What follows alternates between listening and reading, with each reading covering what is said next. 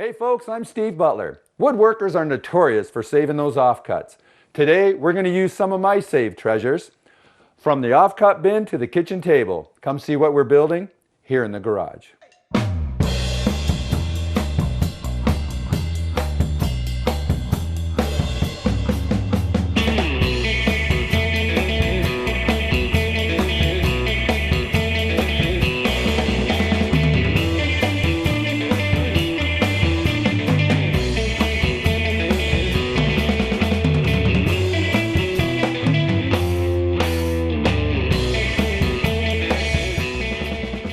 All right, let's have a look at today's projects. The first thing we're going to build is a rendition of my well-loved cutting board. And we're going to use some ash and some walnut offcuts I have left.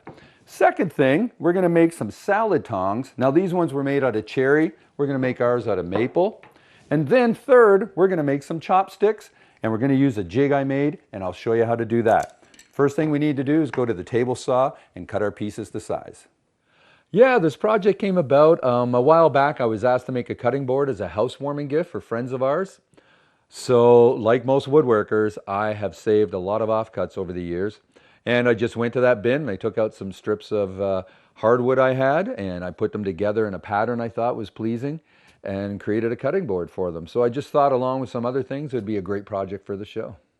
All right, our cutting board is made up of 5 pieces. We have 2 pieces of walnut and 2 pieces of ash that are cut at 2.5 inches. And then we have a center strip of walnut that is cut at 1 inch. So I've set my fence at 2.5 inches, and the first thing we're going to do is rip our walnut pieces. Now I've raised the blade to 1/4 inch above your workpiece. That's about where you want it. And if you're ever in doubt, just the thickness of a pencil. All right, I'm going to turn the dust collection on and we'll get started.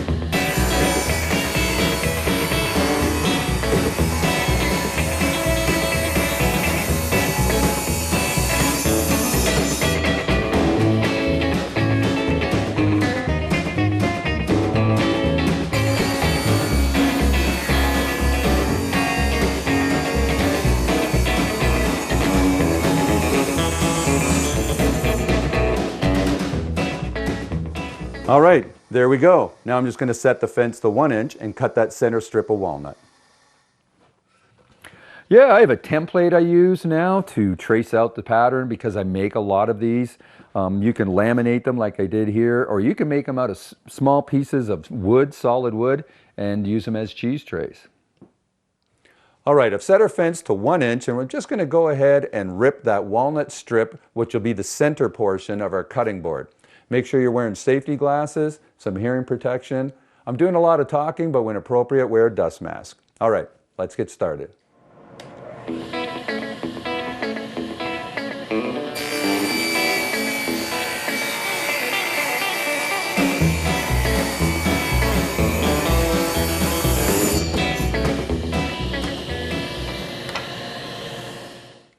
All right, there we have it. We have all our parts that make up our cutting board.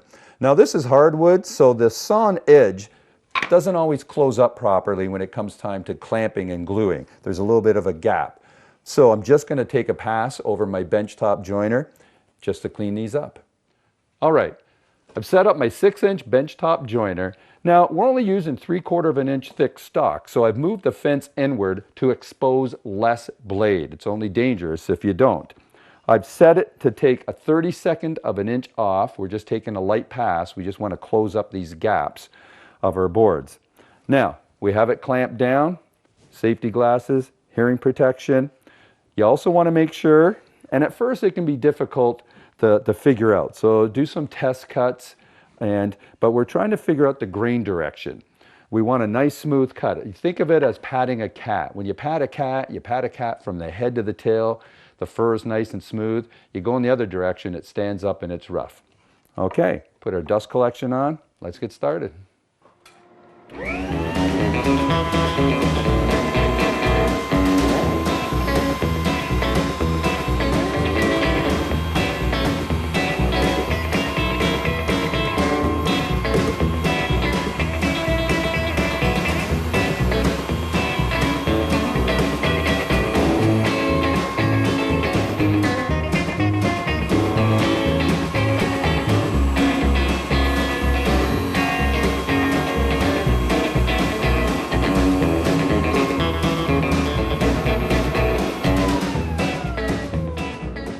All right, these look great. We're just going to go to the bench and glue up our cutting board. Yeah, you can finish this any way you want. I'm using mineral oil, which is non-toxic. You can buy it at any drugstore or grocery store. You can also, if you wanted to, route what's called a juice groove on the board. But I like leaving it blank because sometimes we use this as a serving tray as well. All right, we're ready to glue up our boards. What I did is I went ahead and I drew what's called a cabinet maker's triangle. And that's just to keep them in order. It's easy to get confused and line up the boards in the wrong direction. You want to make sure you have everything handy, a mallet in case you need it, a cloth to wipe up the excess.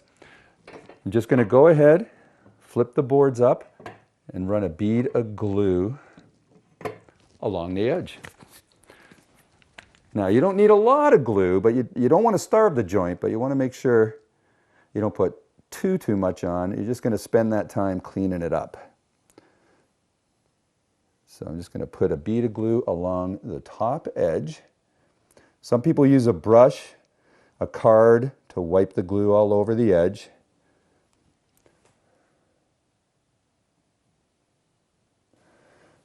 I just put a fine bead on there, and then when I turn it over, the glue runs down that edge and we get coverage.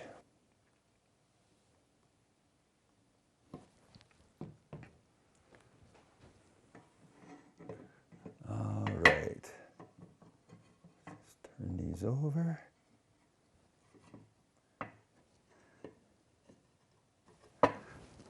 I'm just going to slide these along to create a little friction so when I put the clamps on, the clamps don't slide. Let's butt these up and just want to make sure they're flush. If you have problems keeping these flush to the clamp, you can put a little C-clamp on there.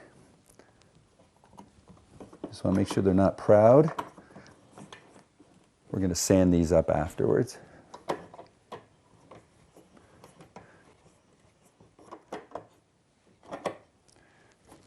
Okay, put some light pressure on it first, and we want to alternate our clamps. We have ones on the bottom, now we put one on top. And the reason for that is, if I had them all on one face, the boards could buckle, and we certainly don't want that.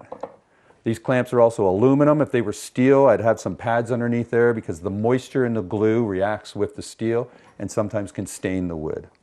All right, now we'll just tighten these up.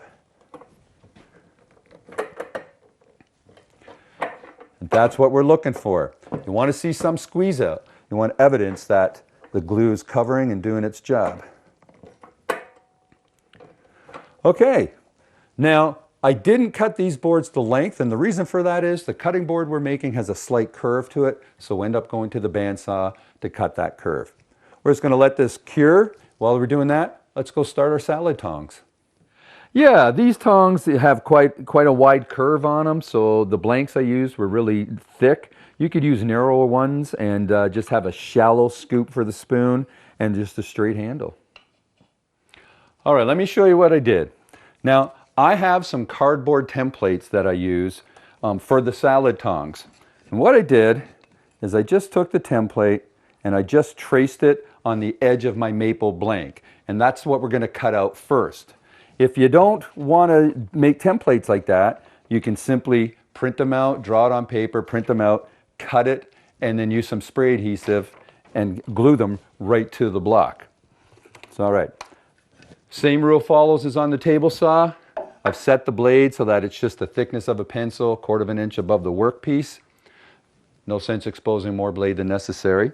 We're going to let this come to a full start, We're going to go ahead and cut that profile. Make sure you have a scrap piece to use as a push stick at the end. Just take your time. You don't want to jolt when you're cutting the curves. You just want to take it nice and easy and follow that line.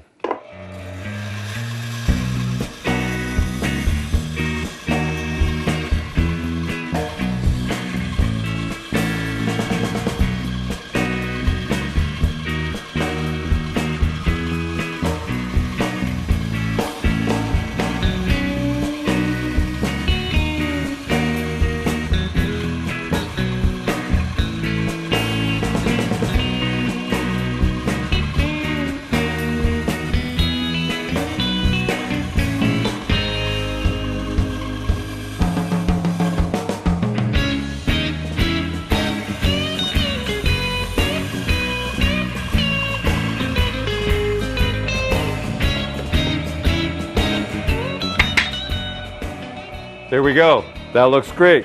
I'm just going to turn around, do the other side.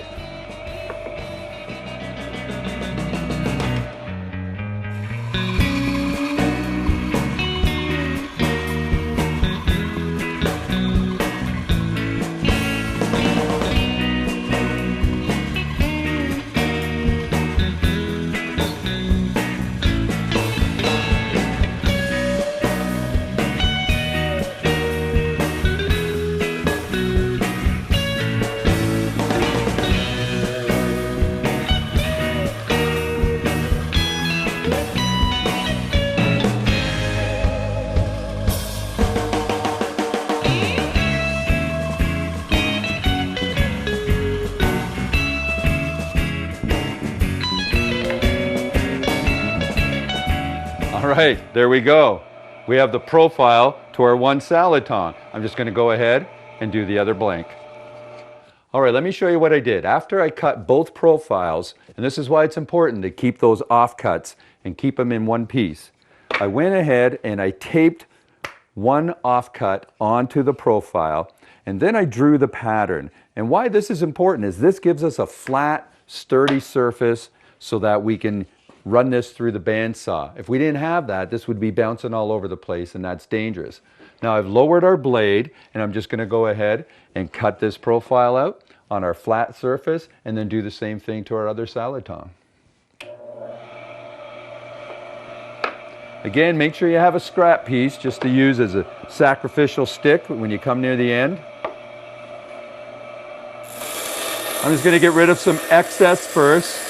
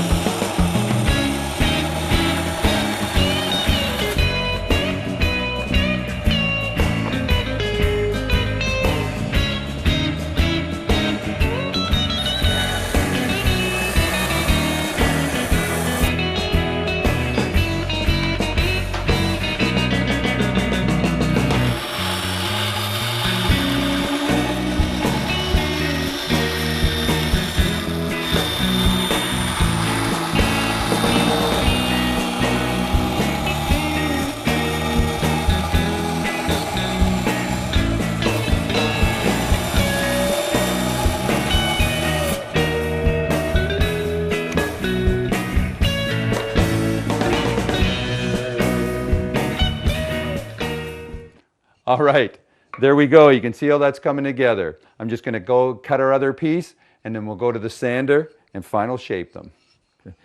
Yeah, we use the bandsaw to cut out our salad tongs, but if you wanted to, you could do this completely with hand tools. A lot of people use the whittle spoons. You could use a draw knife or a spoke shave and cut them out that way.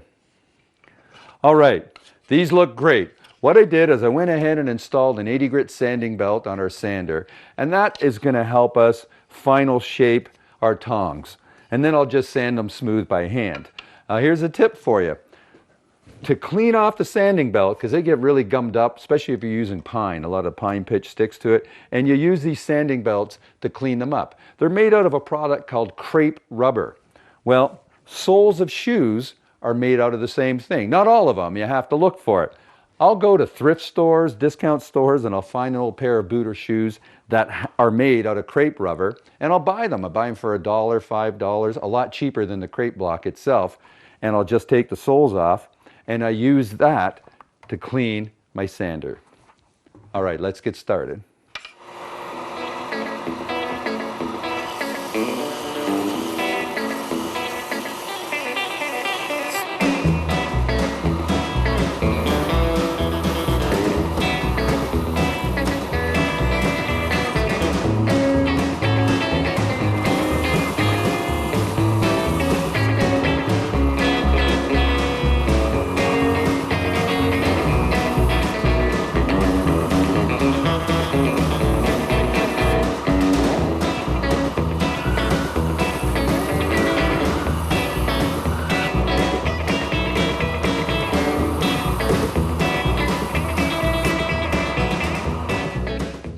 All right, these look great. A little hand sanding and they're done. I'm going to go take our cutting board out of the clamps and we'll go cut the shape on the bandsaw. Yeah, we're using the face of the board to make our cutting boards, but traditional cutting boards, really good ones, are made with the end grain up. It's actually the hardest part of the wood, believe it or not. So imagine a butcher block, and that's what you'll see in that. All right, I went ahead and I took the cutting board out of the clamps, and I used a scraper, a paint scraper, and I just scraped off the excess beads of glue. And then I just drew a pattern on here that I thought looked nice. You can make this any shape you want. It's your cutting board. Now I'm just going to go ahead and cut this on the bandsaw, and then we'll sand it, and this will be done.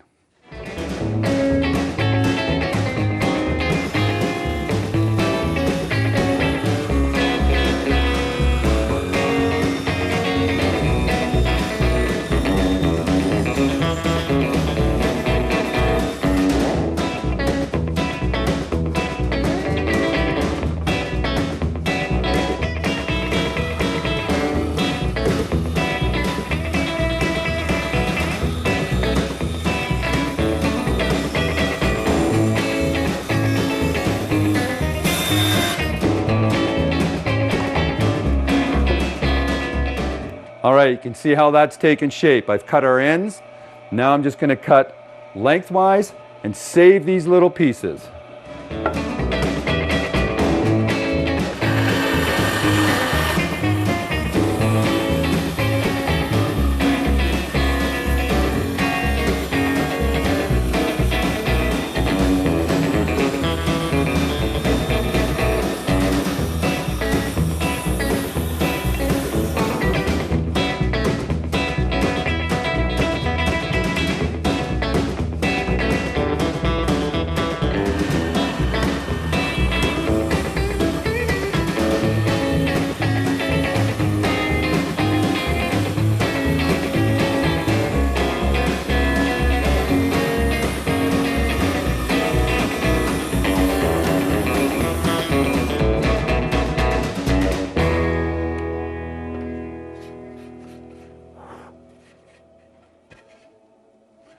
There we go. That looks great. We'll just sand it up and it'll be done. All right, for our next project, we're going to make a pair of chopsticks. Now, I'm using some walnut, but you can use much nicer hardwood if you want. And I've cut them so that they're 1/4 of an inch square and 10 inches long, just to fit my jig that I made. Now this jig's a little crude. I used some offcuts I had and just made this jig. And let me show you what's involved. So I'm going to sample one here. Let me unscrew this. I took 2 pieces of wood and I cut a rabbet on them. And then I have some center pieces. This one acts as a spacer. And this one is on an angle. It tapers. And that's the taper of my chopstick. In this case, it's 1/4 of an inch lower there than the surface and 1/8 of an inch there. I then added another piece to add as a stop to butt up the stick blank against it. When I put this together,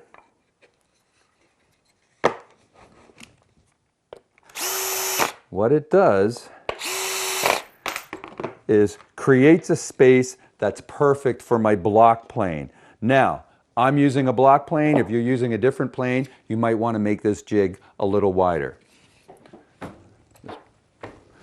What I'm going to do is just simply put this in the clamp.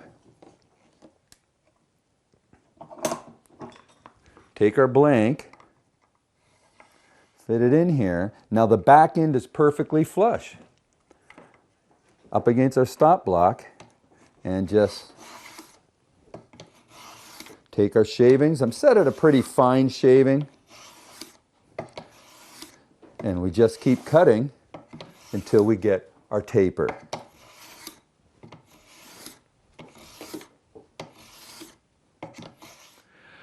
Yeah, it's a simple jig. It's basically a sandwich, you know, two outer pieces, and our inner piece is what creates the taper. We just line it up on that taper, and this area is just wide enough to fit my hand plane I'm using.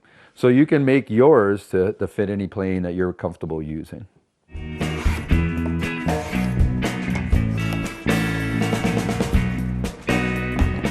All right, you just want to keep turning it until you get all four sides done.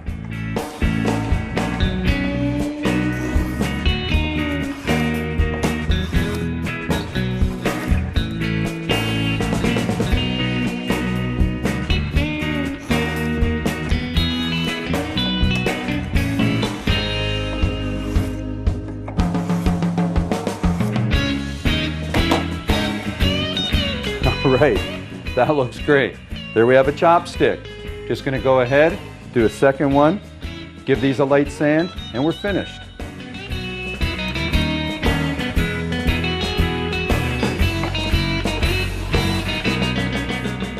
I'm certainly not an expert on chopsticks, but through this project I have learned a lot. And there's all different styles of chopsticks, but there's three main ones. And the ones we made are more of a Japanese style chopstick where they taper but they're pointy. And apparently it's because a Japanese diet, correct me if I'm wrong, consists of a lot of fish, which is bony, so the pointier chopsticks are appropriate for it. Chinese chopsticks are a little more square, and Korean chopsticks are square but also made out of metal. All right, these look great. I took the offcuts from the cutting board and I just made a little holder for the chopsticks. I went ahead and I sanded our cutting board. If you wanted to, you could use a router and just route the edge, but I just softened it with some sandpaper and that feels good. Sanded our salad tongs. I think these came out really well. And we have our chopsticks. All right, as usual, I had a blast making these projects with you. Save your offcuts, and I hope you come back and see us again in the garage.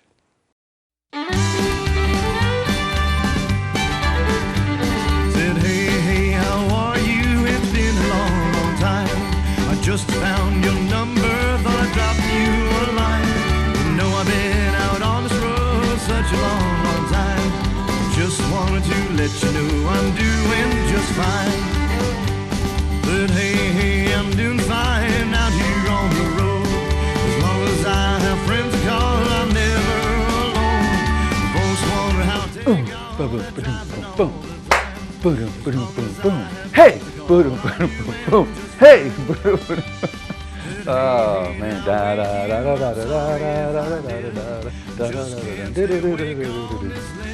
All right, let's get serious now. We have a show to produce.